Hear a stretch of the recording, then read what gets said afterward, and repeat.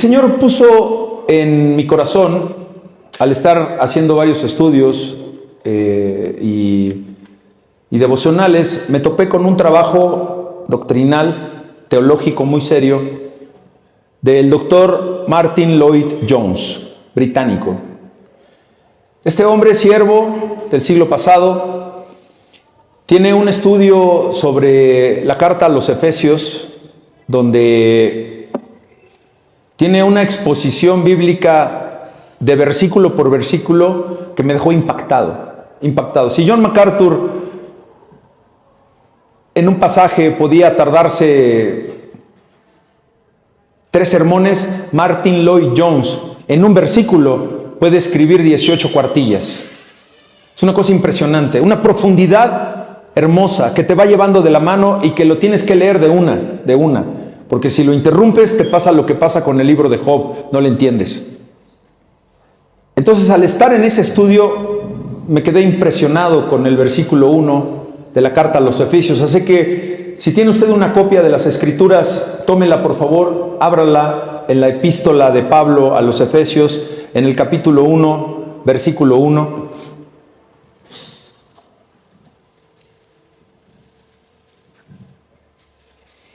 Y vamos a leer la bendita y santa palabra de Dios, que a la letra dice: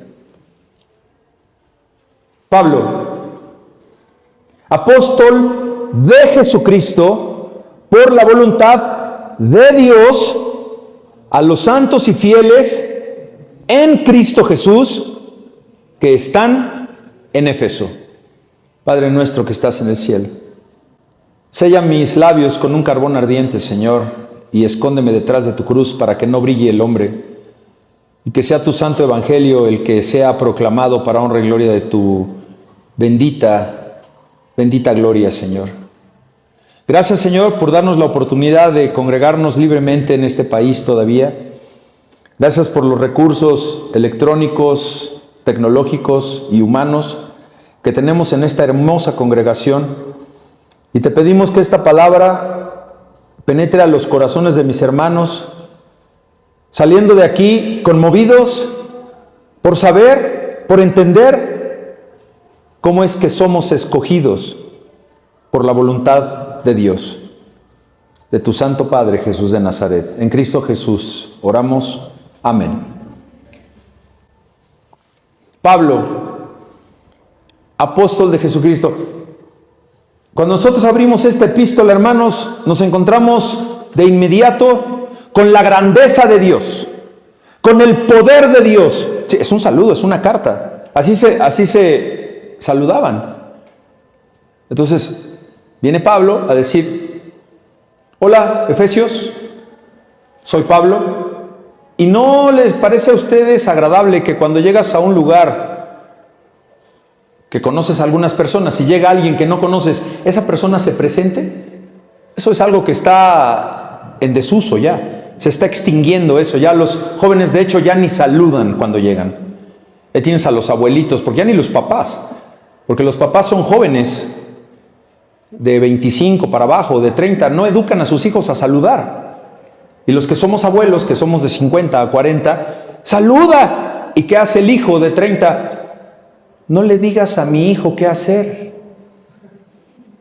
Él saluda a quien quiere. Bueno, Pablo no lo hacía así. Pablo llegó con los efesios y le dijo: Pablo, hola, Efesios. Por cierto, soy apóstol de Jesucristo. ¡Wow! ¡Qué impactante! ¿Que no era Saulo? No, soy Pablo. Pero soy apóstol de Jesucristo. ¿Por qué? Por la voluntad de Dios. No es un saludo trivial, no es un saludo, ¿qué óvole? Ya llegué, soy Pablo. No. Pero tampoco se trata de un saludo sobrado, humillante. Ni tampoco es un saludo informal, es un saludo sobrio. Es un saludo donde muestra que él, que es apóstol de Jesucristo, pero por la voluntad de Dios, no por voluntad de hombre. Coloca el fundamento de todo lo que va a decir más adelante en toda esta carta. ¿Y por qué lo digo? Porque soy apóstol y porque fui llamado para el apostolado. ¿Por quién? Por Jesucristo, sí, pero por la voluntad de Dios. No son frases vacías. ¿Y por qué por la voluntad de Dios insiste el apóstol Pablo cuando comienza este saludo? Y regrésese una hoja atrás, bueno, un par de hojas atrás, en Gálatas, por favor. Gálatas 1:1. ¿Me puede decir qué dice ahí? Gálatas 1:1. Pablo, apóstol, ¿qué?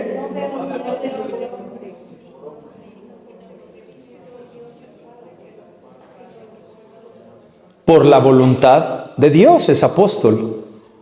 O sea, Pablo acostumbraba a presentarse así. Pablo era un hombre decente. Como quiere Dios que seas tú cuando llegas a un lugar que no te conocen. Hola, soy Fernando. Por cierto, compañero de Luis. ¿Qué pasó, Fernando? Mucho gusto. Y luego llega Luis. Oigan, les presento a Fernando, mi director de área. Ah, sí, ya se presentó con nosotros. ¿Y eso lo tiene que hacer un director? ¿O lo tenemos que hacer todos? Lo tienen que hacer tus hijos. Lo tiene que hacer mi nieto. ¿Por qué? Porque son códigos morales, éticos, de buena convivencia entre los hermanos, entre la gente. Y todo sea por la voluntad de Dios, que Pablo va y presenta el mensaje del Evangelio a un pueblo que está inmerso en la idolatría, en la brujería, en la adoración de Diana, Artemisa, y que viene a tirarles el changarro a todos más adelante y que por eso lo apresan. Es como si nosotros vamos a San Juan de los Lagos o si vamos a Chalma y predicamos tan fuertemente el Evangelio que convencemos a algunos artesanos de que rompan todas sus imágenes y de que cierren. Y tal vez todos se convencen, pero cuando llegan los turistas, ¿qué pasó? ¿Dónde está mi niño de Atocha? ¿Dónde está mi virgen? ¿Dónde está mi santo? Y se hace una revolución. Eso es lo que está pasando aquí. Y Pablo dice, yo soy un enviado de Jesús, soy un apóstol, pero por la voluntad de Dios. ¿Por qué por la voluntad de Dios? ¿Y por qué puntualizamos la voluntad de Dios? Porque por la voluntad de Dios fue la creación. La creación existe por la voluntad de Dios. Señor, digno eres de recibir la gloria y la honra y el poder, porque tú creaste todas las cosas y por tu voluntad fueron creadas. Apocalipsis 4:11. Y nuestro Dios, que está en los cielos, todo lo que quiso, ¿qué hizo? Lo hizo hecho. Cuando Dios habló, creó. Cuando Dios habla, la creación calla. Y eso nos trae a entender y a reconocer la voluntad soberana de Dios, que a veces no nos gusta. Por la voluntad de Dios, también es nuestra salvación. Somos salvos por la voluntad de Dios. Efesios 1:5. Dice, en amor, habiéndonos predestinado para ser adoptados hijos suyos por medio de Jesucristo, según el puro afecto de su voluntad. Y aquí no voy a entrar al tema doctrinal de la predestinación, que va de la mano con el libre albedrío, que el libre albedrío se debe de estudiar por dos caminos, que es el libre albedrío de Dios y el libre albedrío del ser humano, que no son lo mismo y se confunden. Por supuesto que el libre albedrío del ser humano existe. Tan es así que lo que significa libre albedrío para el ser humano es una decisión. Su libre albedrío fue que hoy estuviera usted aquí. tomó una decisión. Sí hay libre albedrío. Y para estudiarlo en base a Dios ya es más profundo. Entonces, por el puro afecto de su voluntad, ¿por qué? Porque desde antes de la fundación del mundo, Él ya nos había predestinado. Y ahí lo dejamos. Mas todos los que le recibieron, a los cuales creen en su nombre, les dio potestad de ser hechos hijos de Dios. Por eso tú puedes ser llamado hijo de Dios, los cuales no son engendrados de sangre, ni de voluntad de carne, ni de voluntad de varón, sino de Dios. Evangelio de San Juan, capítulo 1, versículos 12 y 13. Por la voluntad de Dios es que tenemos salvación. Por ende, nuestra vida cristiana debe someterse también a la voluntad de Dios. Por eso dice la Escritura, Romanos 12:2, no os conforméis a este siglo, sino transformaos por medio de la renovación de vuestro entendimiento para que comprobéis, ¿qué más? Cuál sea la buena voluntad de Dios. Que la buena voluntad de Dios siempre va a ser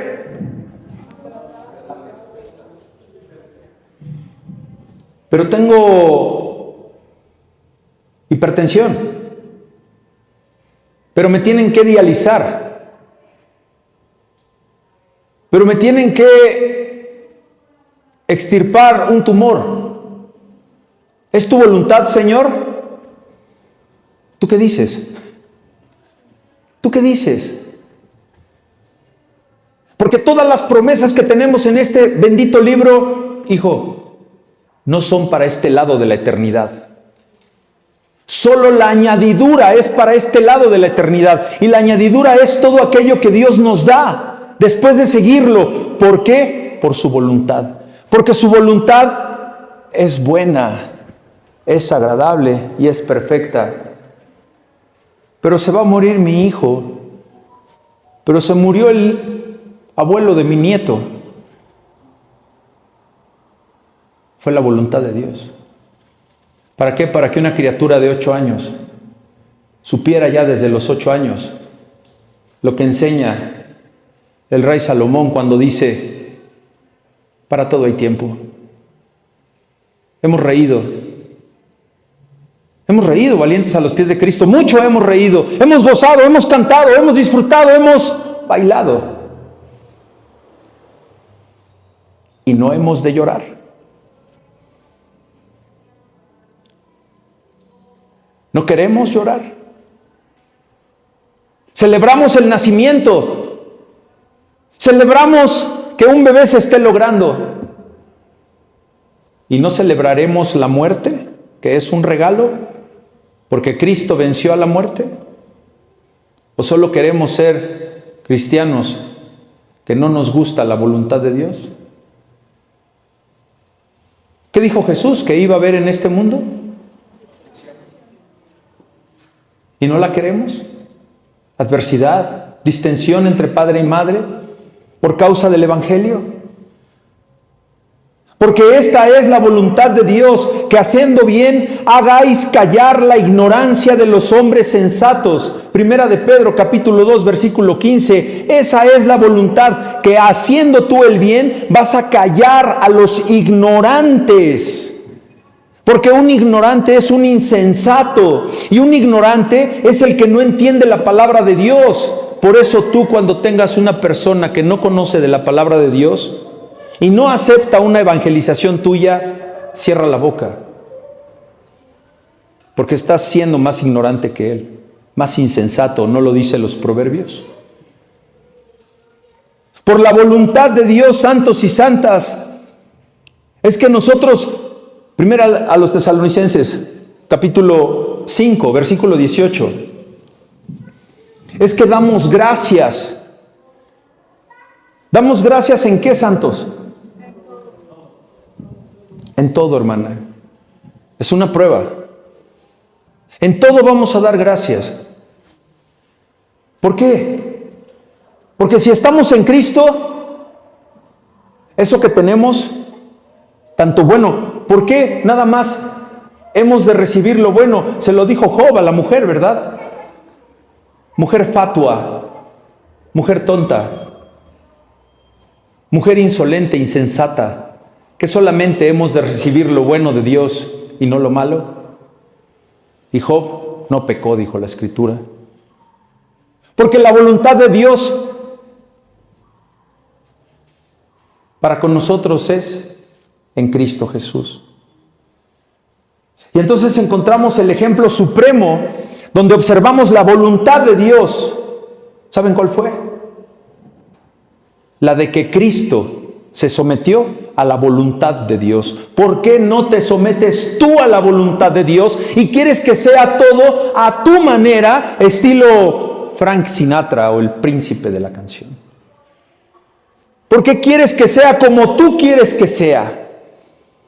Mateo 26:39, yendo un poco adelante, se postró sobre su rostro.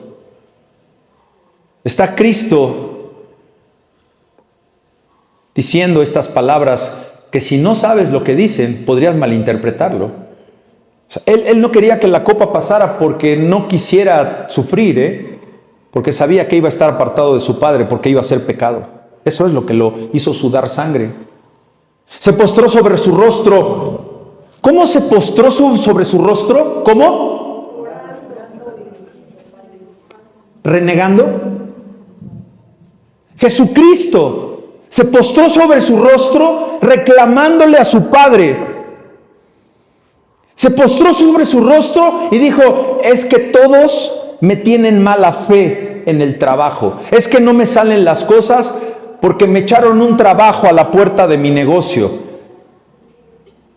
¿Cómo fue Cristo? ¿Cómo debe ir uno? Postrarse sobre su rostro. ¿Cómo vas a ir? Orando. Y diciendo, Padre mío, si es posible, pase de mí esta copa, pero no sea como yo quiero, sino como tú. Y hermanos, hemos visto muchas veces, la experiencia nos ha enseñado, que cuando estamos rendidos, que cuando estamos acabados, que cuando ya se nos acabó el recurso, que vimos que esa quincena se nos fue como agua, y dejas de reclamar y dejas de culpar, y te postras, y le dices, perdóname Señor, heme aquí. ¿Qué le voy a dar de comer a mis hijos?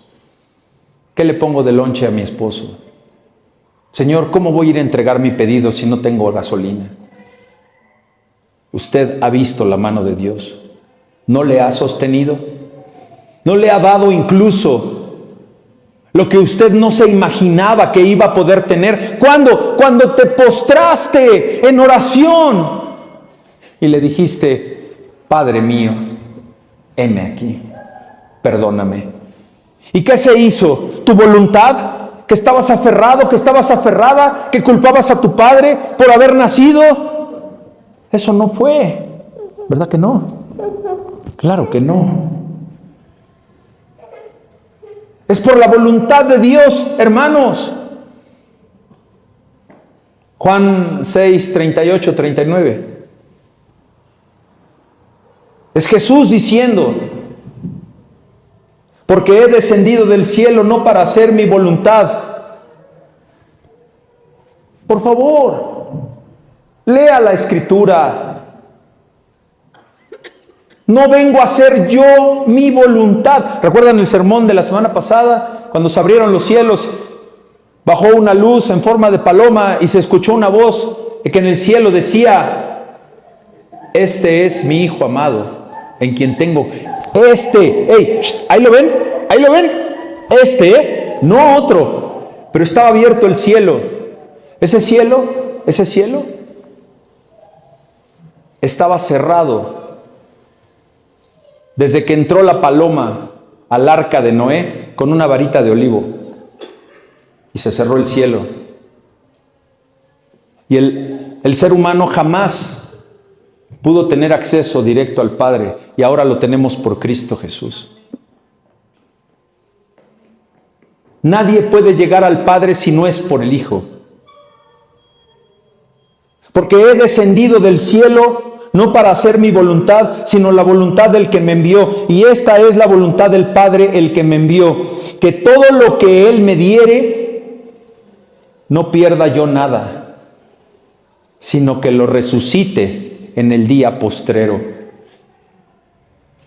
Usted va a salir de esa intervención quirúrgica, su niño va a salir adelante de una enfermedad, tu criatura va a nacer bien, tu familia, tus hijas se van a casar con un buen varón de Dios, sus negocios van a prosperar, tu trabajo va a estar en equilibrio, no por ti, no por usted, su hija, no, va a ser para que glorifiques el nombre de Dios, porque Dios salvó a su madre, y si no, porque ella fue una guerrera y recibió el regalo supremo de la muerte, porque Cristo venció a la muerte. Y sí, los vamos a extrañar. Yo extraño, me dolió mucho la muerte de don Roberto. No es mi consuegro, ¿verdad? Ojalá hubiera sido mi consuegro. Pero es el abuelo de mi nieto, Bobby. Un señor que, ustedes ven que yo soy alto, pero yo lo veía así, ¿verdad, Dani? Era un hombrezote. Así, basquetbolista el señor, don Roberto. Casi 1,90 de estatura. Su hijo, el papá de mi nieto, igual una torre. Pues ven a Bobby, 8 años y olvídate. Dejó todo. Casa, trabajo, negocio, camioneta Cadillac, otro coche, buen trabajo en Televisa, los mejores hospitales. Se fue. Y fue hasta que le logramos hacer entender a mi nieto que la muerte era un regalo. Que el niño lloró y lloró y lloró. Porque sabe que algún día llegaremos a la presencia de Dios. Por la voluntad de Dios. Entonces, vemos que la doctrina, el conocimiento de Dios es central en toda la Escritura por la voluntad de Dios. Y tenemos aquí 4 puntos que preparó mi hermano, donde vemos la centralidad en la voluntad de Dios, que es que Dios creó todo por su voluntad. Nos salvó, ojo, no nos curó de nuestras enfermedades físicas aquí, nos curó de la mayor enfermedad, que es el pecado original. Ese ya te lo curó, eres nacido de nuevo. Andas batallando con algún pecadillo por ahí que de repente no podemos soltar. Sí, pero el virus mortal, eso está extirpado. Y nos vamos a la presencia del Señor. ¿Y por qué estamos santificados? Por su pura voluntad. Y en que Cristo entonces mismo vivió sometido a la voluntad de Dios. ¿Por qué no te sometes tú a la voluntad de Dios, hermano? ¿Por orgullo? ¿Por soberbia? Vemos, hermanos, vemos que este primer versículo es como una llave maestra que abre la puerta a una carta que muchos han descrito como el escrito más sublime del Evangelio, producto de la pluma de Pablo. Si bien es cierto que Romanos es considerado la columna vertebral del Evangelio con toda su doctrina, bueno, esta carta es de Dios y para Dios. Y es impresionante cómo se presenta Pablo. ¿Para qué? Para decirnos esa autoridad. Hey, Éfeso, soy Pablo, apóstol de Jesucristo, pero por la voluntad de Dios. ¿Se acuerdan que era Saulo el que mataba cristianos? Ese hombre murió. Y por cierto, el mensaje es para todos aquellos que están en Éfeso. ¿Sabes? Hoy tú estás en un Éfeso. Yo estaba escribiendo este sermón y me vino a la mente un hermano que ha estado con nosotros aquí predicando, el hermano Ángel, que tiene una vozarrona así, que le echa mucho.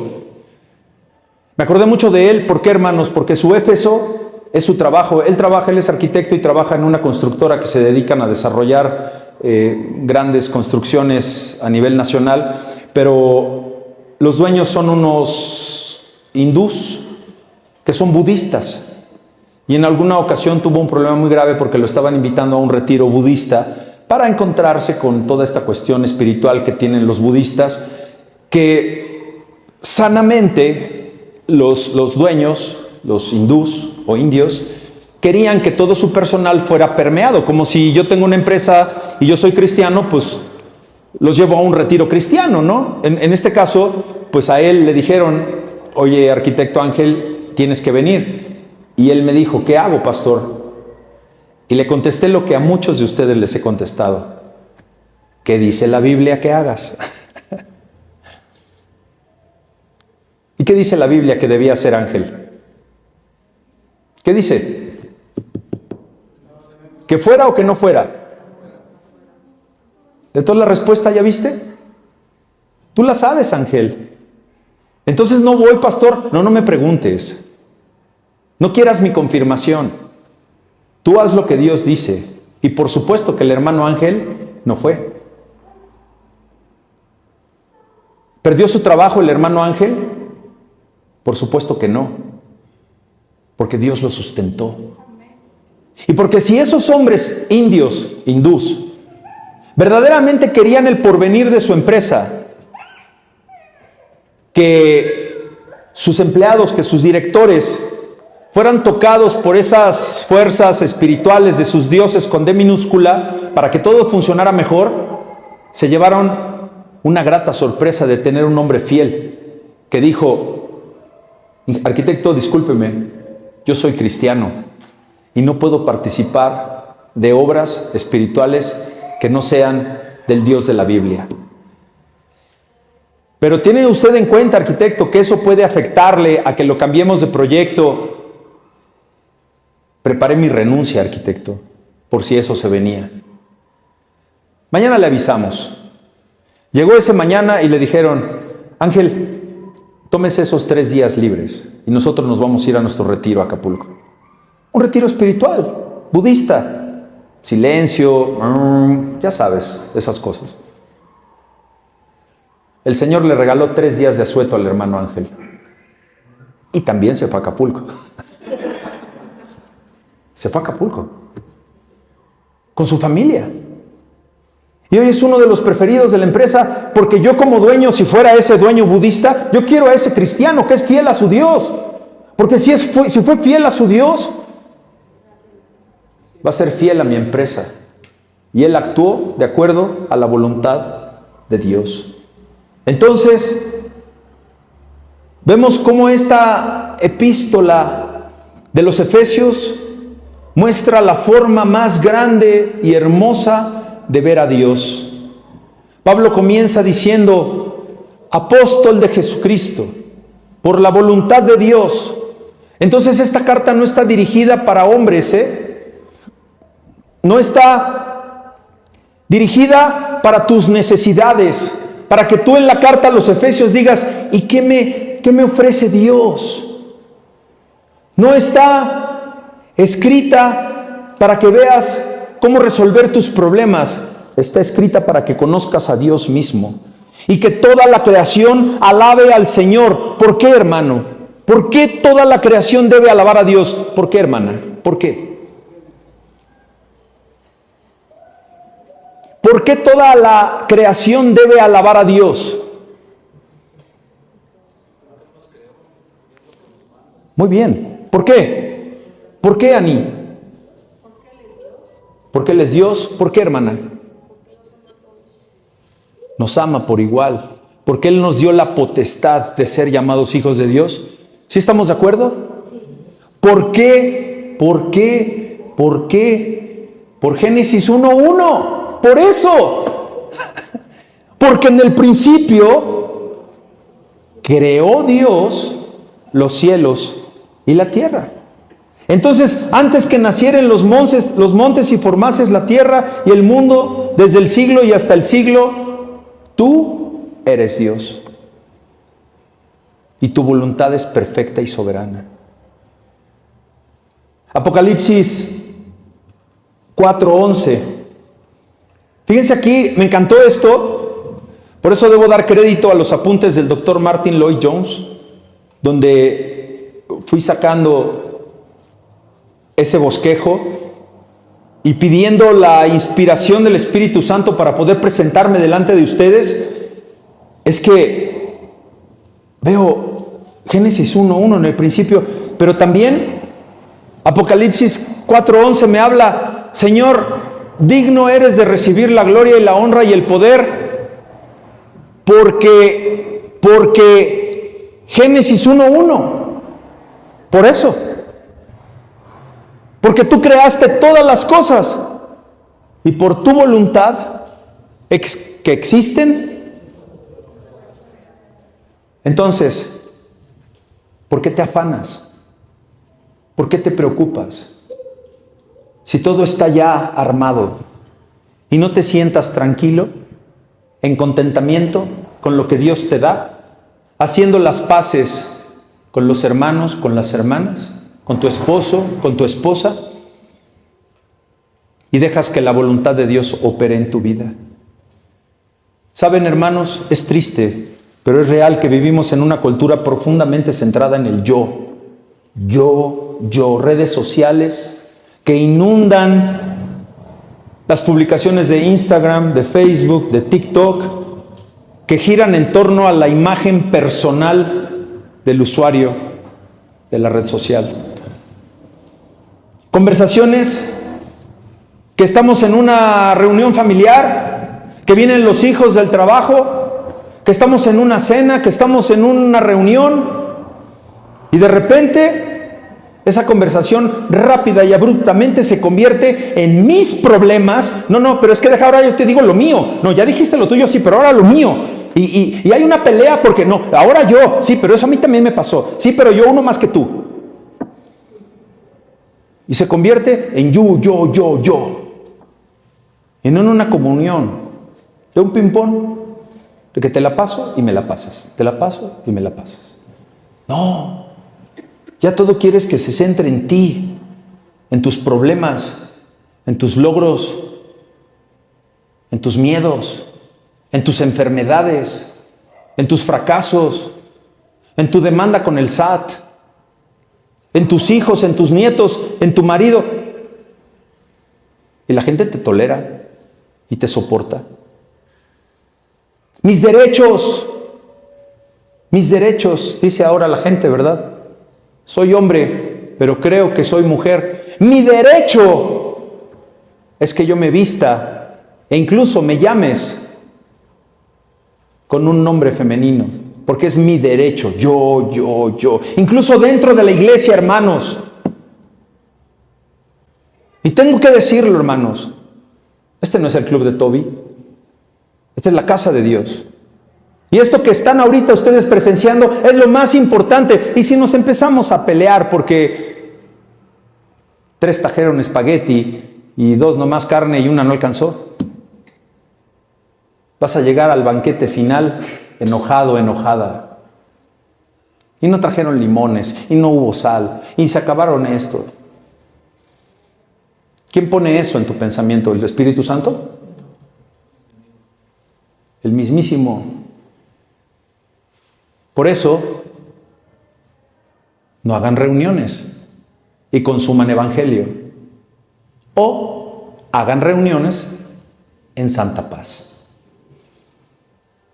Dentro de la iglesia, las personas buscan un mensaje que simplemente resuelva tus inquietudes, tus dudas, tus problemas. Oiga, pastor, ¿y en qué momento dice si me curo del cáncer o no? Es que en qué momento me dice cómo trato a mi hija rebelde adolescente. Pero es que cómo entonces le hago para que mi hermano salga del proceso penal. ¿Ya ves? ¿Quieres un sermón yo-yo? Y que no te enseñe que la voluntad de Dios es superior a ti. Efesios, ¿qué es lo que hace? Y con esta introducción, ¿ven cómo es maravilloso predicar expositivamente, futuros pastores? Hermanos, en un versículo estamos desarrollando todo un tema, porque la palabra de Dios no tiene fondo. Pero cuidado, porque te puedes ahogar en ella. Y no puedes venir a hablar puras tonteras de un solo versículo, o lo que tú crees que dice. Voy a leer esta parte del libro de Isaías. Les doy nada más el capítulo, es el capítulo 40. No es necesario que lo busquen en su Biblia. Pongan mucha atención, porque aquí está diciendo, dice, mira, búscame por favor en traducción al lenguaje actual, Isaías 40, 25. Porque en Reina Valera como que no se entiende muy bien y dice, ¿a qué pues me haréis semejante o me compararéis? Dice el Señor. ¿A qué pues me haréis semejante? Está diciendo aquí el Señor por la voz del profeta Isaías, ¿a qué más ya me vas a comparar? ¿Qué está pasando en el contexto? ¿Qué está pasando? Que esta gente iba con el carpintero, le llevaba la madera y tallaban las figuritas de dioses de madera. Y luego acababa el carpintero y se lo llevaba al orfebre. Y el orfebre las empezaba a forrar de plata, de oro y de piedras preciosas para después tenerlas para adorar. Entonces, por eso dice la Escritura, Reina Valera, ¿a qué pues me haréis semejante o me compararéis? Dice el Santo de Israel. ¿Con quién ahora me compararán? ¿A quién igualan a mí? Pregunta el Señor. Y dice la Escritura enseguida, levantad en alto vuestros ojos, como la carta de Efesios nos hace, que levantemos la mirada de nosotros hacia el cielo. Mira, ¿quién creó estas cosas? Él, o sea, Dios. Saca y cuenta su ejército. A todos llama por nombres, ninguna faltará. Tal es la grandeza de su fuerza y el poder de su dominio. ¿No has sabido, no has oído que el Dios eterno es Jehová, el cual creó los confines de la tierra? No desfallece, no se fatiga con cansancio, y su entendimiento no hay quien lo alcance. ¿Quién escudriña? ¿Quién conoce los pensamientos de Dios? Dígame quién. ¿Usted? A veces quiere ser Dios. No puede. No se esfuerce ya y deje que la voluntad de Dios opere en su vida. Claro, siendo responsables, por supuesto. Porque si no, entonces eres un insensato. Los muchachos se fatigan y se cansan, y creo que ahí ya ustedes recordarán la cita. Los jóvenes flaquean y caen, pero los que esperan en Jehová tendrán nuevas fuerzas. Luego, ¿qué más? Levantarán alas como las de las águilas, correrán y no se cansarán, caminarán y no se fatigarán. Esa es una promesa. Apocalipsis 22:13 nos enseña que Él es, ¿qué? Dios. Ojo, fíjense aquí, y muchas personas me han criticado porque, es que usted en qué se fija, es que usted es muy legalista, quién sabe cómo dicen. ¿Lo pueden leer? La primera oración, yo soy ¿y la qué? La verdad. ¿Por qué dices el omega cuando dices y repites nada más porque repites? Yo soy el alfa y el omega. ¿Qué? ¿El omega reloj? ¿El omega reloj? ¿O cómo? Es como cuando dicen, porque Dios es el dueño del oro y de la plata, ¿verdad? Tache. Porque primero es la plata y luego el oro. Es que usted ¿en qué se fija? ¿En qué me fijo? En que eso no es la palabra de Dios. Ninguna de las traducciones dice el oro y la plata. Dios es el dueño de la plata y del oro. Y si yo no rezo, si yo no repito, si yo no digo la palabra de Dios tal cual está dictada, entonces no es la palabra de Dios. Por eso tengo que ver que las diferentes traducciones sean concordantes, ¿no?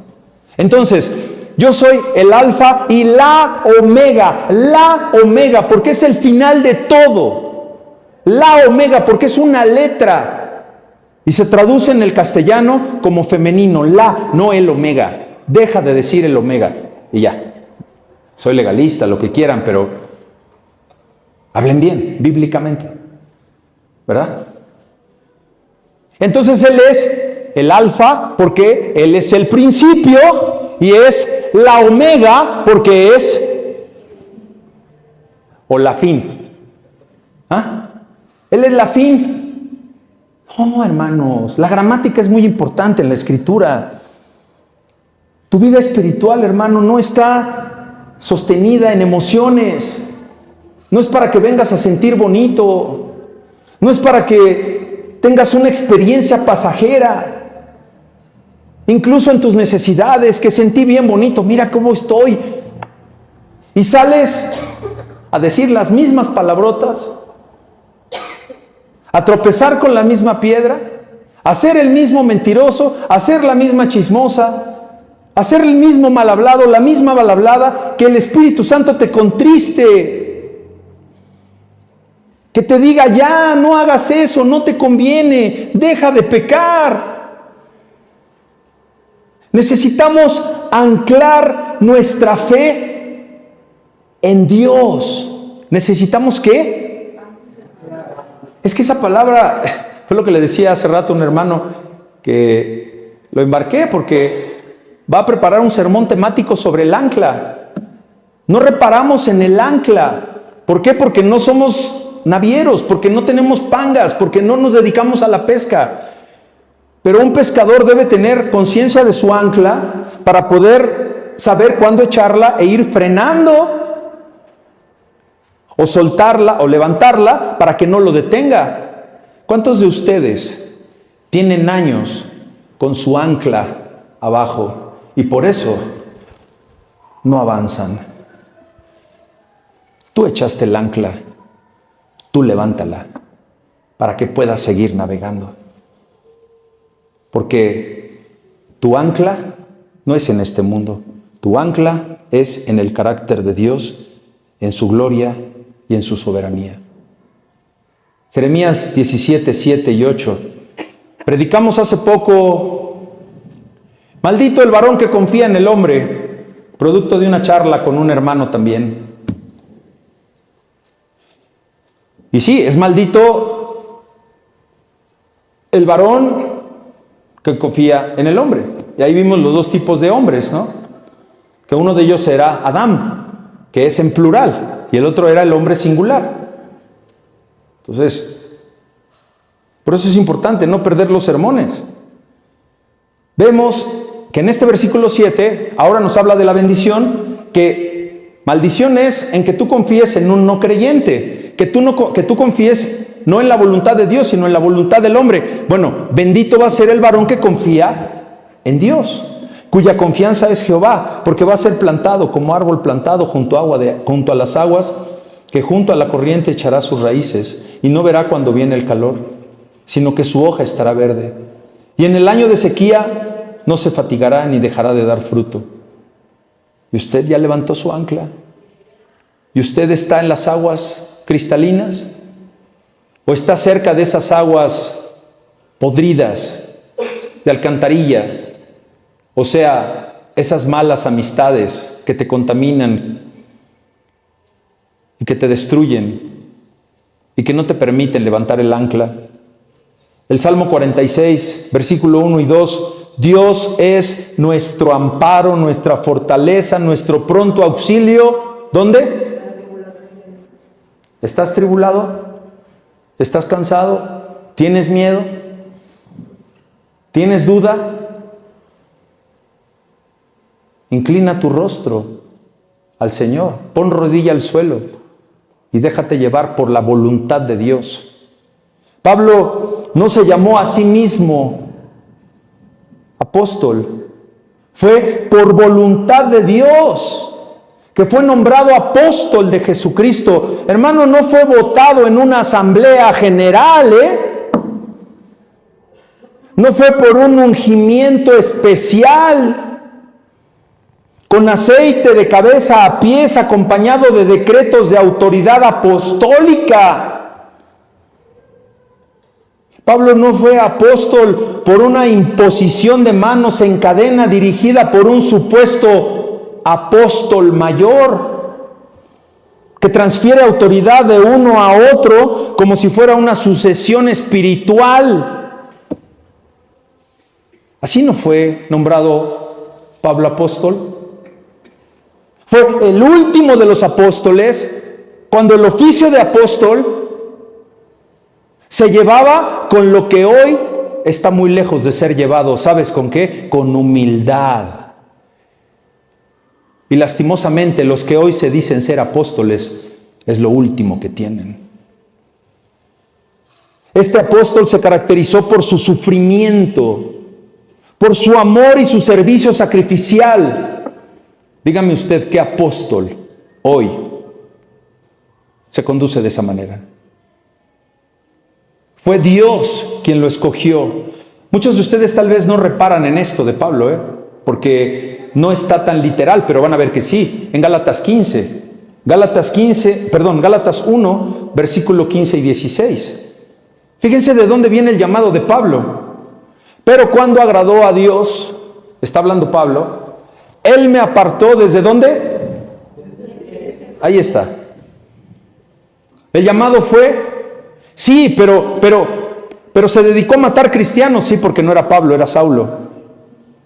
¿Y tú no eras una Saula antes de ser ahora Pabla? Tú eras un Saulo, hermano. Pero ya estabas predestinado para ahora haber matado a todos esos cristianos, ahora ser un hijo de Dios y buscar en la reprensión de Cristo la salvación y vida eterna.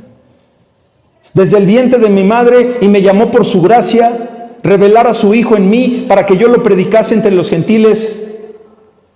Y entonces no consulté enseguida con carne y sangre. No anduvo preguntando, ¿será que sea cierto que yo tenga que llevar el mensaje del Evangelio? Por eso es importante lo que hacemos en la calle. Es la gran comisión que Jesús nos está enseñando. Predicar el Evangelio. No venir a hacer reuniones sociales. Si después de eso podemos hacer una reunión social, háganla. Pero si no se pueden llevar bien en las reuniones sociales, dejen de hacerlas. Yo puedo venir comido de mi casa y aquí oramos. Pero se trata de compartir el pan y la sal juntos, en santa paz. Vamos a la exposición de la parte B del versículo. Y perdón que me estoy alargando. ¿A quién se presenta Pablo por voluntad de Dios? ¿Ya vio a quién? A los santos y fieles en Cristo Jesús, que están ¿dónde?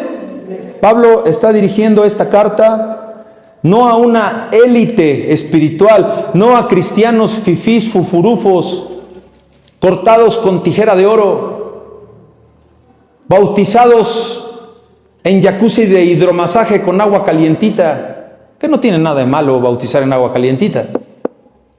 Pero esta carta no está dirigida para los sacerdotes, para los fariseos, está dirigida para los creyentes. ¿Saben cómo eran en Éfeso? Gentiles, como usted, como yo, que la mayoría no era judía de nacimiento, que traían ahí un pleito, que si me circunciso, que si no te circuncises, porque ahora la circuncisión no es de la carne, es del corazón. Y entonces somos judíos por adopción. Somos hijos de Dios. Eso les choca a los judíos. Entonces, esta carta está dirigida para nosotros hoy día. Tiene una implicación actual. Los llama santos. Ustedes saben por qué ser santo. Santo no es como el santo que levanta un papa. Nosotros somos santos porque somos apartados para Dios. Entonces, recordemos, o tal vez usted no lo sabe, que una cosa es ser santo y otra cosa es ser perfecto. Tu familia cree que porque eres cristiano, eres perfecto. No. La santidad no es perfección, hermanos. La santidad es una identidad por gracia. Y así lo afirma Pedro en la primera carta de Pedro, capítulo 2, versículo 9. Y más vosotros sois linaje escogido, real sacerdocio, nación santa, adquirido por Dios. Y Pablo también los llama santos y además fieles. ¿Qué es fiel? Pues es aquel que cree. Es aquel que persevera en la fe, que se sabe pecador, que sabe que está haciendo las cosas mal, pero que quiere cambiar. Gloria a Dios, te vas al cielo. Don Roberto lo sabía. Sabía, no podía. Estaba batallando. Lo alcanzó la muerte. Se fue al cielo, porque el Señor se fue salvo. En medio de una ciudad llena de idolatría, es en donde pone Dios a este apóstol de Jesucristo. Sí, pero a pesar de la idolatría que tal vez hay en tu familia, que son muy guadalupanos y que ahora van a celebrar el Halloween y que van a hacer todas estas fiestas paganas, ¿sabes qué? Tú te mantienes firme, porque ese Éfeso ya no es tu casa. Tu casa es una morada celestial. Como dice Hebreos, mas el justo por la fe vivirá. Y el fundamento, la base de todo está en la expresión que dice aquí el versículo, en Cristo Jesús. En Cristo Jesús. ¿Dónde dice en Cristo Jesús? Antes de en Éfeso, O sea, tú estás en Cristo Jesús antes de estar en Santa María Totoltepec, antes de estar en tu comunidad, antes de estar en la Ciudad de México, antes de estar en Chicago, antes de estar en Colombia, en Costa Rica. Usted está en Cristo antes de estar a donde está usted en su trabajo. Por eso su Éfeso, su entorno, ya no lo gobierna. A usted lo gobierna la voluntad de Dios que hizo apóstol a Pablo. Es esta unión que define la identidad entre un trabajo y cultura. Sí, que yo podré estar trabajando donde sea, pero yo no soy de ese trabajo, yo soy de Cristo. Así que ahora que sabemos que al haberlos ubicado a estos santos, a estos fieles en Éfeso, con toda la corrupción espiritual que había en ese lugar, corrupción moral como la que tenemos aquí en estos pueblos y en la Ciudad de México, en las demarcaciones, en las colonias, también los ubica como santos y fieles en un mundo hostil, en que no estamos en el mundo, pero ya no somos del mundo. Entonces, la iglesia está llamada a vivir su fe, a vivir en ese Éfeso, que puede ser una familia rota, que puede ser un trabajo corrupto, que puede ser un ambiente espiritual de las tinieblas, culturas opuestas al Evangelio, pero vas a brillar en la luz que es en Cristo. ¿Por qué? Por la voluntad de Dios. Jesús lo dijo. Acuérdense de esta cita, Juan 17:15. No ruego que los quites del mundo, sino que los guardes del mal. Y aunque estemos nosotros en nuestro propio Éfeso, Cristo nos va a sostener hasta el final. Hermanos, cuando contemplamos la profundidad de un solo versículo de la carta de los Efesios, recordamos que todo comienza y termina con Dios. Nuestra existencia, nuestra salvación, nuestra santificación, porque todo proviene de su perfecta y eterna voluntad. No hay más. Pablo mismo no se llamó apóstol por decisión humana, sino por voluntad de Dios. Todos los ejemplos que les di es la forma en cómo levantan a los apóstoles en algunas otras denominaciones. Y Pablo fue por voluntad de Dios. Ya no nos pertenecemos, hermanos. Estamos en medio de un mundo que exalta el yo. Ahora levantamos la mirada. La levantamos al Dios de la gloria, al Dios soberano, porque creemos. Y ahora sí, declaramos que nuestra identidad no está en nuestra ciudad.